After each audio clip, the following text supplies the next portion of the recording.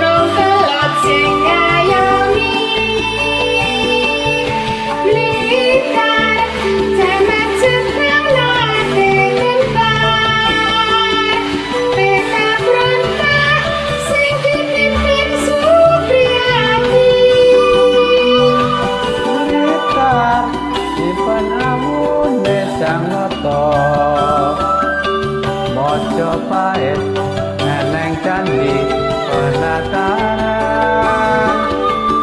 Lihat nyimpen layone Bung Karno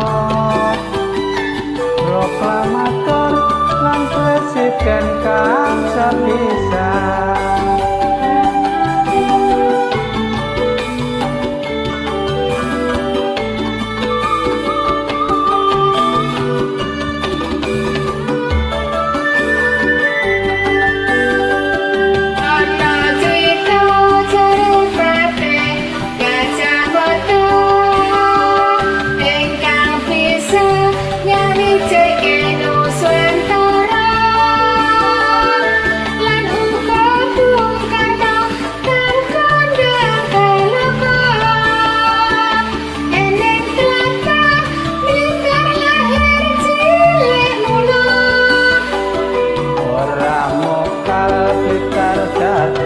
Kembang lambing ora mokal akeh sing padha nyatane yen to geni urupake semangate yen to banyu nukulake patriote.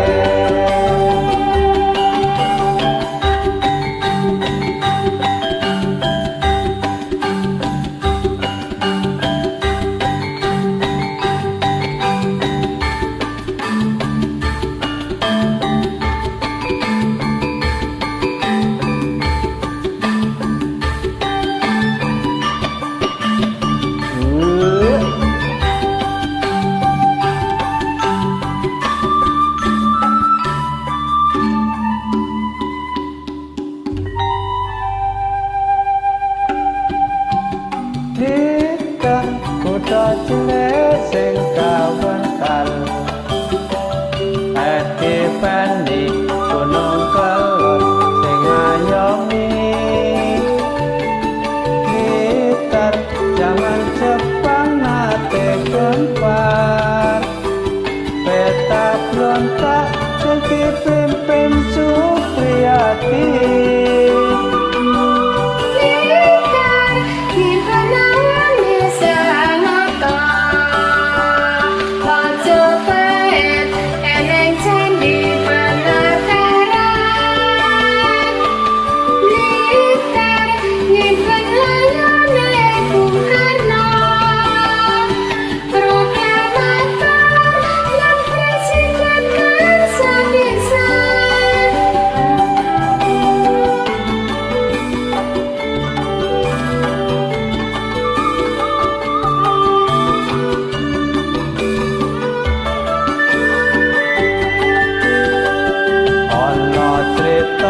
Jarepate Gajah Mada ingkang bisa nyawijake Nuswantara